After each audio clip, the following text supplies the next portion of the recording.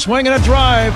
Right field and deep. Back goes Aquino. It's got a chance. Gone.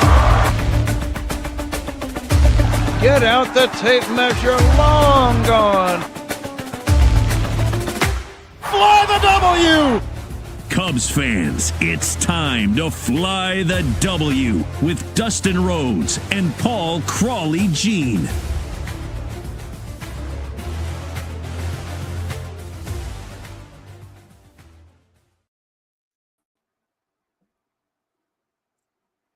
This is season 4, episode 32 of the Fly the W podcast.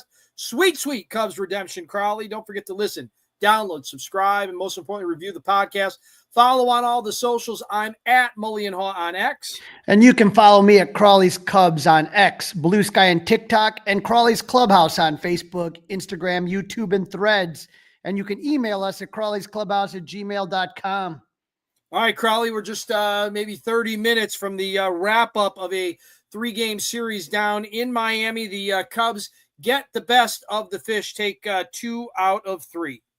You know, Dustin, when we titled this one, Sweet, Sweet Cubs Redemption, look, I'm excited as much as the next guy that the Cubs are competitive again, and we're hoping playoffs, right? We're hoping a deep push in October, but I hope people kind of realize from what happened this weekend that baseball is not a game that you can sit there and make super knee-jerk reactions on a day-to-day basis. Things happen within a series, within a season, 162 games, a marathon, not a sprint. And especially with young players, I think people need to kind of, reanalyze how they look at young players, because some of the stuff I saw on social media was just ridiculous. And, hopefully, just talking in what through ways, it. Crawley? What did you see that was ridiculous? Give me an example, because I will admit I am Captain Knee Jerk. Okay, I treat 162 like I treat Bears games, and I know that's not fair, but it's what I do. It's how I get through it. I want to live and die with every one of these games. It's just not healthy, man. It's not good for your mental health. You're going to get a stroke. You're going to get a stroke, Dustin, and then I'm going to have to find a new partner. It's not going to work out. Here's what I'm going to tell you. The reason that you see the Rays and other teams build up these young guys is because they just don't have to deal with the ridiculousness of people just because they make a mistake or it doesn't go their way. No offense, the greatest of the greats hitters go through slumps. Again, we've talked about how baseball is a game of failure. If you strike out 7 times out of 10, you're going into the Hall of Fame. Okay, in your career. If you're a 300 hitter, you're going to go in the Hall of Fame. You have guys that are some of the greatest, whether you're talking about the greatest closers of all time, whether you're talking about Trevor Hoffman or whether you're talking about whoever, they're going to blow games. You're going to have guys go through slumps. I don't care who it is. If it's Ted Williams, guys are going to go through slumps. It's just this. I don't know. I mean, you've been in talk radio a long time. I've listened a long time. I think that probably fuels it. And I think social media fuels it even more. And after Friday night, I was more angry at people's reactions than I was at the actual result of the game. Well, so what on Friday? What on Friday specifically? I mean, Friday night, Crawley, they beat the White Sox. What do you mean? I'm sorry, Monday night. Okay. Well, I'm just saying that's why I was curious where we were going. Okay, so Monday night. Okay, but I mean, Crawley, part of it is the way they lost the game, right? Yeah. They were down. I wouldn't have been surprised. I think we talked about it as we were previewing this. I don't think I would have been surprised by the loss. I said that's the game I was most worried about, but it was because they were coming off the emotional high of playing in front of 120,000 fans over the weekend. The emotions of playing your in-city rival, that was also part of it. Right. But they had a chance, and when you score 7 runs, Crawley, okay, that was the other thing. This wasn't like they lost 3-2. When you score 7 runs, you should win the game. That's the hope, but sometimes it doesn't happen. It doesn't sure. happen. I mean, listen, and you can, I guess. I want cake and ice cream, Crawley. I want steak and lobster. What I would tell people is that Joe Madden really kind of altered the way that I look at the game. And I hope that's the biggest compliment I could give someone like Joe Madden. I've told it to him to his face before that, he changed the way I think about the game. And again, take 30 minutes to celebrate, take 30 minutes to mourn a loss and move on. Now I know, trust me, there's been times where I've celebrated longer. My 30 minutes are this podcast. My 30 minutes are the Mully and Haw show. So, 30 minutes out of every hour, the next show, I've got to, be me. That's fine, but we're not going to send every kid that struggles to Iowa. We're not going to DFA every player that has a blip. We're not going to do some of these things that I saw where I saw.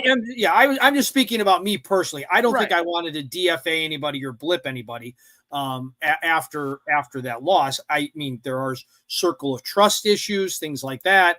But definitely, I wasn't sending anybody down, or I wasn't DFAing anybody. Even if you're talking even if you're talking about a circle of trust, one game doesn't mean you don't have trust.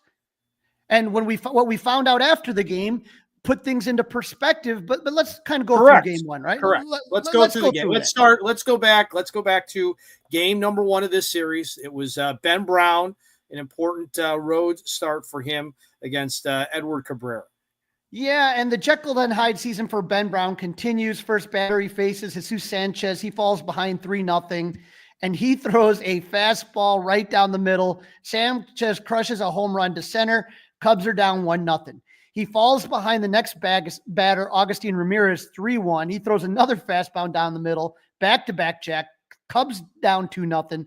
Tommy Hodaby comes out. He whispers to Ben his magic. They reset. And then Ben sets down the next 12 batters in a row. His stuff, Dustin, in between the 2nd through 5th inning looked filthy. He struck out 6 of the next 12 batters. He has the swing and miss stuff, Crowley. He's got it. Yeah, and the wheels fell off in the 5th for Ben. He gave up a double, triple, strikeout, single, strikeout, single. He gave up 4 runs in the inning. His night was over. He was only able to go 4 2/3 innings.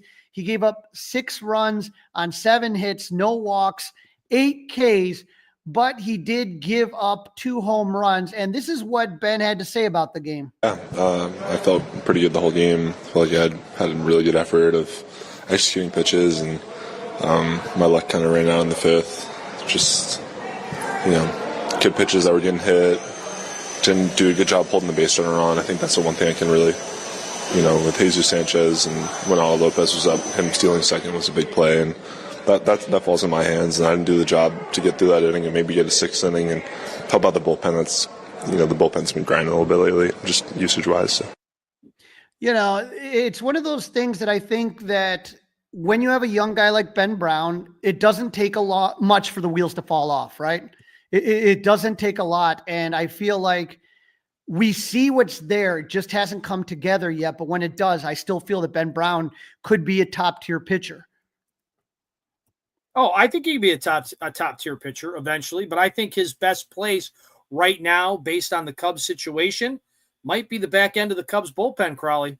Might be the back end of the Cubs bullpen right now, today, as we speak. So if you're talking about the bullpen right now, I mean, it's a possibility. It all depends on what the starters do, but again, you can't just take a guy and then have him go in the bullpen and then have him come back to being a starter again. Those type of back and forths aren't going to do him any good.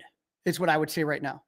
I heard you guys this morning. I'm just going to say, I think the best thing for him to do is learn right now. And he talked about how, kind of because of the injury last year with the neck issues, that kind of set him back a little bit. And I don't want to set him back anymore. If he's a starter, then let him start right now. Now, agree to disagree. Miguel Amaya, I mean, if the Cubs would have won this game, I mean, that would have been all the talk, right? Top half of the Cubs batting order didn't do much. PCA, Tucker, Suzuki, and Bush were 2 for 17 with 3 walks. It was the bottom of the order that did the damage. Swanson, Horner, Ballesteros, Amaya, and Shaw were 10 for 21 with a walk. And the biggest hero of the day was Miguel Amaya. He was 2 for 3 with a home run, 5 RBIs, and a walk. They were down 2-0 in the 4th. The Cubs had 2 runners on with 2 outs when Miguel Amaya hit a 3-run home run the first pitch he sees. Dustin, I'm looking. Kyle Stowers, he's against the wall. He almost robbed that home run. It hit almost. He almost did. You're exactly right. It was that close. It was really, really close. If he had So any kind of close. a vertical, I think he would have been out. It was, yeah, he almost stole that, and that gave the Cubs a 3-2 lead.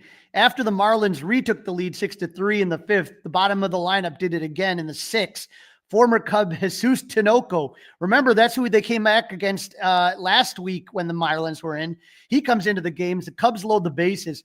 Moyes Ballesteros hits a slow roller up the first baseline. Tinoco can't field it clearly. Everyone's safe. A run scores. Cubs down 6-4. And then Miguel Amaya, bases loaded, no out. He hits one to left center. Kyle Stowers again dives. Once again, he can't make the catch that clears the bases, but Moises Ballesteros is thrown out at the plate. He was initially called safe, but that was overturned, so the game's tied at 6. 1 out. Tinoco's night is done. Ronnie Henriquez comes in to face Matt Shaw, who was just called up that day. He hits a ground rule double, and the Cubs take a 7-6 lead. Runner still at second with 1 out. PCA strikes out. Tucker's intentionally walked. They pull a double steal, Shaw and Tucker. So they're up 90 feet, but Suzuki grounds out, and they couldn't cash in those 2 insurance runs. And Dustin, that would really come back to haunt them. Oh, it sure would. It sure would. I mean, it was just, I guess, bad luck or a bad slide by Ballesteros. His foot was kind of over home plate, but never touched home plate. He was initially called safe, but the replay was accurate. He was out at the plate. Right. And so it comes to the battle of the pens with neither Brown nor Cabrera in the game after the 5th. You had Caleb Thielbar, Ryan Presley, Drew Pomerantz combined for 3 1/3 scoreless innings. Again, tip of the hat to Presley. He's getting back into it. They gave up 2 hits, no walks, and struck out 3 batters to hold the Cubs lead into the 9th. For Miami, after Tinoco coughed up the lead, Hernandez finished that inning strong, but Bayente Belloso, remember, he started against the Cubs last week because of injuries. He came out of the bullpen, and he only gave up 2 hits and 1 walk and pitched 3 scoreless innings. He kept the deficit at 1, and that allowed the Marlins to come back into it. Yeah, he really held the Cubs offense down again like he did the first time around. Bottom of the 9th, Daniel Palencia is called on to get the final 3 outs, his first save attempt of the season. Something to keep in mind, Palencia had pitched 3 out of the last 4 days. He comes in, he looks filthy. He gets Connor Norby to strike out. Liam Hicks to ground out. The Marlins are down to their final out. He gets Derek Hill, the free swinging Derek Hill, to an 0-2 account, and then he makes a mistake. He tries to get a slider. You could see pitch number 2 was a slider that he swung outside, Derek Hill did.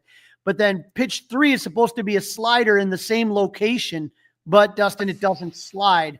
Derek Hill hits a double. And that's going to happen. You're not going to make your pitch, Dustin. The thing that I hope that Tommy Hotovy and the rest of the guys talked to him about, which bothered me, wasn't that, right? And I thought that maybe Tucker might have had a shot at that ball too. I thought maybe just missed it, right? Well, that was the one. Now, there were 2 kind of, sort of, sports talk radio guy, Meatball Crowley, plays in that game for him. I had a bigger issue with the play in the 9th. Didn't look like he got a good jump on the ball. I didn't feel like he was hustling enough, if you will. Again, he might have a little something. I don't know, but he didn't look like a $500 million right fielder in that moment.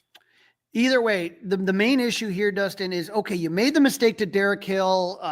Tucker doesn't catch the ball, whatever. But now you got the 9-hitter, Javier Sanoja, who's hitting 240. And he walks him. And I feel like Palencia was kind of mad at himself about the previous missed pitch that let him affect the next batter. Right. Like you got to wipe that, go after Javier Sanoja. You can't walk him. Nope. Okay. Because now you're facing Jesus Sanchez, who was 2 for 4 with 2 RBIs. He led off the game with a home run. That's the guy you got to face. You had the guy you wanted in Javier Sanoja. Relax, make your pitches. But again, Counsell talked about it after the game. He looked a little tired, Palencia did. And he had been used 3 out of the last 4 days. And so Sanchez would rip a ball down the right field line. Both runs score. Cubs were walked off. They lose 8-7. It was the first time, Dustin, they were walked off all season long. And I think that's what caused part of the sting for Cub fans. We haven't had to deal with that at all. No, and it does sting. It does. As much fun as it is to win those, it hurts just as bad, maybe even a little bit worse, Crowley, to get walked off. Well, here's that was the 6th or 7th walk-off for the Marlins? Yep, they're known to do that. And here's what Palencia had to say after the game. The last at bat, I left the slider hanging. He got a double. And then I walk, when you can execute your pitch in the final outs, that's going to happen. So, I'll be working hard. I feel good. It's baseball, that happens. So, I just want to keep my heads up and be here tomorrow. In this level of baseball, you have to execute your pitches. That's not happen tonight. So I feel sad to not help the team tonight. So I don't know where the Spanish broadcaster or translator was, Freddie Quinones, but let's also give Daniel Palencia some kudos for facing the media without a translator. Absolutely, Crowley. Tip of the cap to you for recognizing that, and tip of the cap for him for doing it. Yeah, and he talked about it. You don't execute your pitches in the big leagues, you're going to get hit. And I'll tell you this, I've known Daniel Palencia since I saw him come up in South Bend, and he was the closer for that team.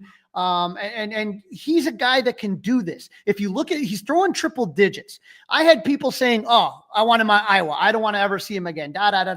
After one bad outing. And again, we found out after the game that the reason Porter Hodge wasn't there was because he had an injury. But either way, you can't close Porter Hodge every game either. Guys are going to have to step up. And Daniel Palencia is one of those guys that could break through and be a great setup man, great closer. We don't know. He has the stuff. He's done it at every level of the game. He's done it at every level. He's going to have to learn, right? This is a learning experience. I don't disagree with you. This is a good team to try to learn against. They aren't Murderers Row, right? The Marlins are not Murderers Row, so it's a good team. It's a good team to learn against. But the key is, when you're watching it, Crowley, okay, when you're sitting on your couch, you're driving around, however you were consuming that game, you and I and the rest of us didn't know that Porter Hodge was unavailable. Right. Didn't know that till after the game. So that's what happens is you're thinking, that it's kind of baseball is a thinking fan sport, right? You're kind of playing along at home. Everybody, we talk about in football, armchair quarterbacking. Well, I don't think any sport, no matter what it is on the professional level, has more second guessing than baseball. Right. Everybody who's a baseball fan is a armchair skipper. Okay. Mm-hmm. Everybody's got a thought, from the lineup to the bullpen usage, to the shifts on defense, to, whether or not it should be a contact play, where the defense is playing in certain situations. So nobody second guesses people more than in the game of baseball, in my opinion. Right. And then the big question then was, how were the Cubs going to bounce back after that tough loss, right? Right. And we knew that the bullpen was gassed, and they were going to need JMO to give them innings. And Jameson was asked about that. He was asked about, what was it like to go in knowing that the bullpen needed you, that Ben Brown wasn't able to make it through 5. And again, you got a bullpen with guys down. And here's what Tyone said. Threw more changeups. I felt like the curveball was pretty good. Other than one mistake overall, just stayed out of the kind of dangerous parts of the zone and just used the entire arsenal. So it was pretty good. And then once I got spotted a lead, it was just time to fill it up. I do like the feeling of showing up to the yard, knowing this is an important one. I can not only have a good game for the team and answer back after last night, but I can actually be a good teammate and help the relievers out who I respect a lot. So I definitely had that conversation in my head with myself, this is a big day to go out there and be a good teammate and stuff, and I like kind of that responsibility. So JMO knew coming in that they needed him, and he'd have to be facing Ryan Weathers, who dominated them last week at Wrigley. And it was a pitcher's duel most of the game, Dustin, until it wasn't, right? Until it wasn't, right. I mean, it was a back and forth affair, and you were worried. I was worried that that lone home run again was going to do the Cubs in. Yeah, Weathers held the Cubs offense down, but not as much as the previous week. He gave up a first inning solo home run to Kyle Tucker to put the Cubs up 1-0. He gave up a couple singles in the third, a double in the fifth against Matt Shaw before hitting a pitch count of 80 pitches, and that was only his second start back. But I thought this was kind of funny. I took a look at this. This was from Marquee. Tucker's home run was against a lefty. Weathers is a lefty. And Kyle Tucker is second in the league in home runs against lefties. The person in first place, another Kyle Schwarber with 8, who just hit his 300th home run. But to see, Tucker have that lefty power. And again, after he didn't make that catch, after, he's been struggling lately. I had people saying he wasn't worth the money. And then 2 games later, now what are people saying? Okay. So as far as it goes on that one, with JMO, he just looked just as good, right?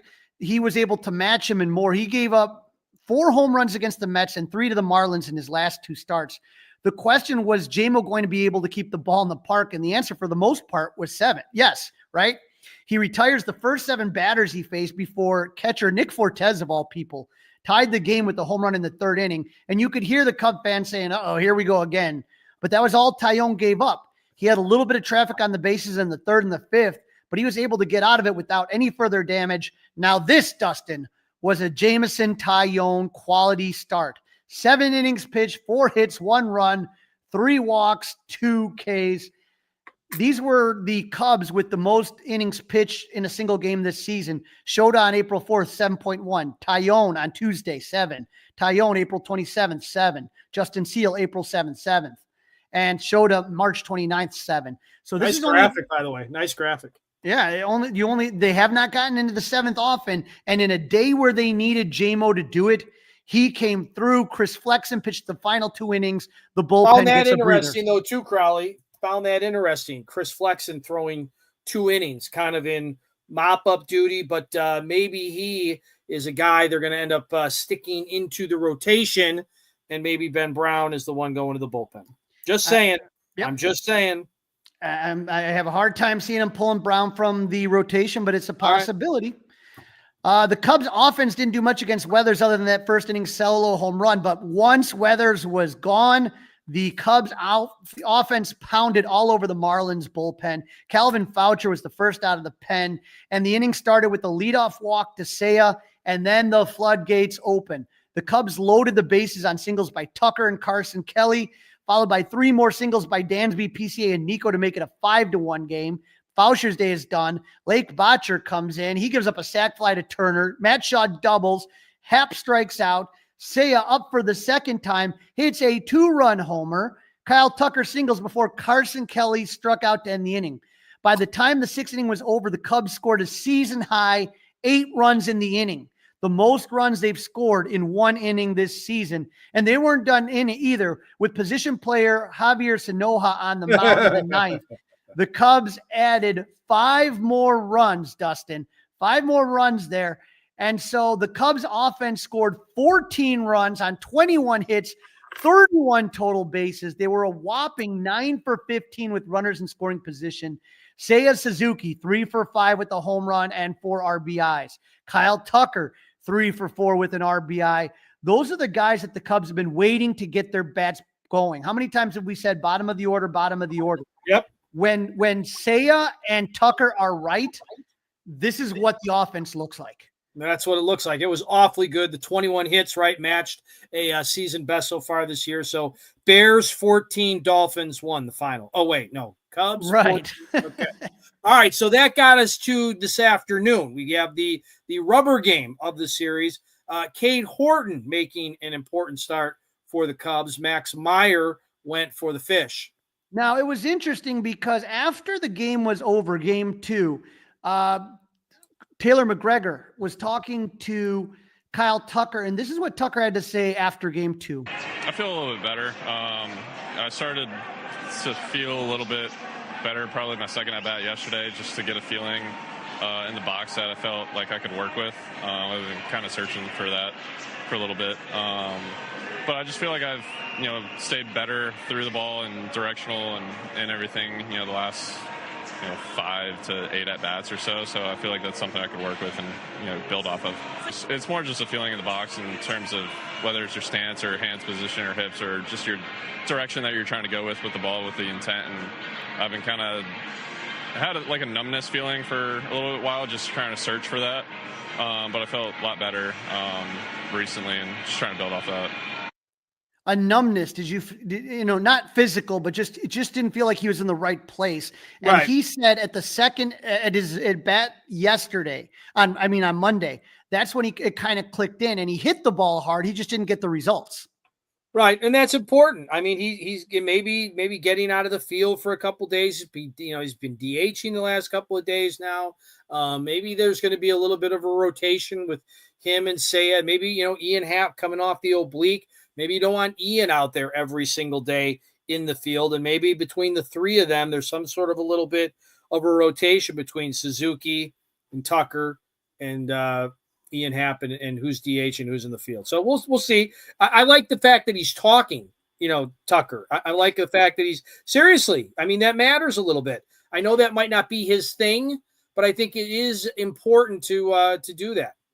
Again, we talked with beat writer for the Athletic, for the Astros. He's not a talker. He's not, and a lot of times he doesn't look like he moves. He's not like PCA where it's just like dirt's coming from his shoes and flying all over the place, but he hustles and he does his best. And he's just not that guy that you're looking for as far as the quotes and all those things. But as long as the results are there, I mean, there he is for the second game in a row, hits a solo home run to put the Cubs up 1-0. That lead didn't last long. The defense was kind of up and down at the beginning of this game. First batter of the game, Jesus Sanchez hits one that goes kind of like under the glove of Dansby Swanson, and that goes for a single. Not an easy play, but we've seen Dansby make it plenty of times. A couple of hits and a walk later, the bases were loaded with 2 outs. Connor Norby hits a rocket down the line. Matt Shaw makes a great stop. Norby reaches and the run scores. The throw's not in time, but that could have cleared the bases, Dustin. And that changes the whole outlook of the game if that ball gets by Shaw. Sure would have. No doubt about that. The bases were still loaded with 2 outs. Matt Mervis hits one. Nico dives, goes horizontal to rob his former teammate Matt Mervis to end the threat. Dustin, Nico leads all second basemen in baseball with 7 defensive runs saved, 1 bad defensive play, 2 good ones. Bottom of the third, Graham Pauley hits a leadoff double on a ball that Ian Happ should have caught. Derek Hill reaches on an infield single, but Horton. That was an unusual play, Crawley. The one to Ian Happ, yeah, Yep. Absolutely. And I don't know if you got a poor jump on it. I don't know if it was the lighting. I don't know what, but usually he makes that play. He was mad at himself. Derek Hill reaches on an infield single, but Horton gets Jesus Sanchez to hit into the old 1-6-3 double play. And Horton talked after the game how he loves PFP practice and all that stuff, and he's very athletic. Cade Horton. And when he makes that play to make that double play, it was beautiful. And so, again, a bad defensive play, but then a good defensive play gets him out of it. Once again, Dustin, we had a pitcher's duel here. Cade Horton and Max Meyer locked into it. Each pitcher gave up a run in the first, but then neither offense could score a run. Kyle Tucker hit that home run, and the Cubs had runners at 1 runner on every inning except the 7th in this game. Starter Max Meyer pitched 6 innings, gave up 1 run on 5 hits with 1 walk and 4 Ks. Cade had a little bit more traffic than Myers. He gave up 1 run on 6 hits with 3 walks and 3 Ks. He hadn't walked anybody in his first 2 appearances.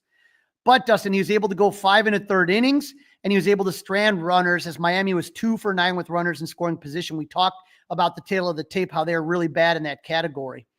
But I thought that Cade looked pretty good. He threw a season-high 92 pitches, and this is what Horton had to say after the game. I think me and Miggy did a great job today of just working together, getting settled in. The changeup really came into play, and just attacking the strike zone. But, attacking it with intent, trying to, be around the corners and not so much middle. And I feel like we did a good job of that. So I think they really worked well together, and hopefully those young guys can click, Well, now, you always want the young guys to click, Crawley, correct? Right. Well, I'm talking about that the pitcher-catcher relationship between the two of them. Gotcha. Is that you want them to build a relationship. Gotcha. Correct. And so, this was once again a battle of the bullpen with both starters out, just like in game 1. And Caleb Thielbar was first out of the pen after Cade retired the first batter in the 6th. He gave up 1 walk in 1 inning of work, but that was it. Brad Keller looks like a brilliant pickup on Jed's part. He pitched 1 2/3 innings and did not give up a hit or a walk. For the Marlins, Ronnie Henriquez pitched a scoreless inning and had 2 strikeouts. I wonder if the Marlins would be willing to trade that kid. I mean, he looked really good. Really good. Really strong. Now, Matt Bender came in and Matt Shaw draws a leadoff walk. How many times did we see that come around, Dustin? He had a double earlier in the game, his third in 3 games since coming back from Iowa. He stole second base. Ian Happ flied out, but then I want your opinion on this one. Marlins skipper Clayton McCullough, he's got a righty up, and you got Shaw at second. He decides to pitch the righty Bender versus the lefty Tucker. Would you have done that? No. Mm-mm. I mean, I was surprised by that move. You saw what Tucker did. You saw Tucker was heating up in game 2. You saw him in game 3. Didn't get that at all. And Tucker hits a shallow ball to left field. Obviously, they're playing Tucker deep. Kyle Stowers can't make the plays, charging as hard as he can in case he needs to grab that ball and throw home.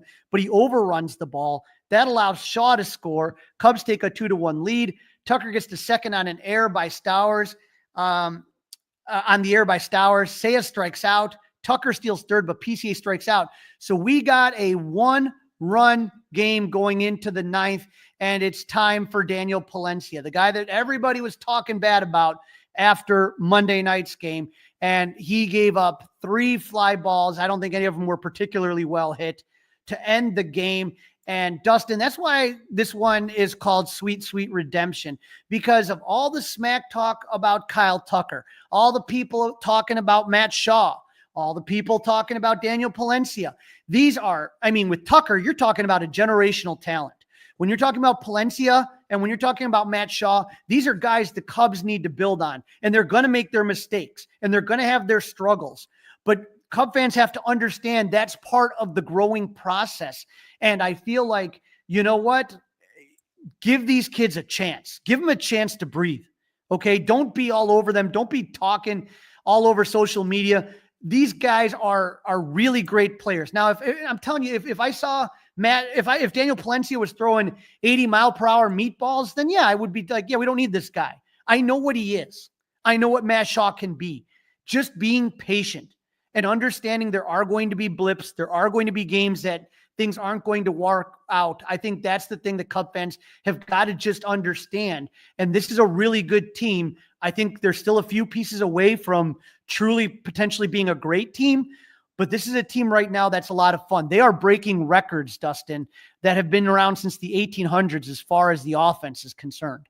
I think that they're a couple relievers away from truly being a great team, but I think that this is a team that is a lot of fun to watch. Just be patient, enjoy this, have fun. It's been a while since we've seen a team this fun in the North Side. Let's enjoy it a little bit, huh? Enjoy it. I would agree with you. Let's enjoy it. They are high water mark right now. They are 10 over 500. They sit at 30-20. They get Thursday off, and then Friday, Saturday, Sunday spend the weekend out in Cincinnati eating bad chili and playing the Reds. Absolutely. And we will be back with you guys tomorrow to preview that series of the Reds. I want to thank everybody that jumped on there. We got Joey W. I think he's heading to South Bend tomorrow. Sean Dunston will be making an appearance. Shawan, I don't know if the Shawano will be here. Chip Palea, he said he's at work, but he's going to watch the replay later. Always love having Chip on. Our guy, Wilstradamus, is heading to Cincinnati. I know he's got his jerseys ready to go. Hopefully he brings some luck. Elio Benitez, a.k.a. I call him the Latino morning show with the afternoon show. He looks just like, with Lawrence Holmes. Matt Spiegel. He's Latino Matt Spiegel. Latino Elio, Matt Spiegel. He does the Spanish broadcast with Miguel Esparza. Okay. So, man, we had a great group of people in here. Love to keep having more. Make sure that you share this. Review it, subscribe, get the notifications, and we will see you tomorrow when we get ready for the Reds. Dustin, Terry Francona, this is a team. Whenever Terry Francona is on the other side, you got to be a little nervous, right? I believe the Reds and Cardinals lost today, Crowley, so that's good news. All right, we'll be ready and get you ready for the game tomorrow.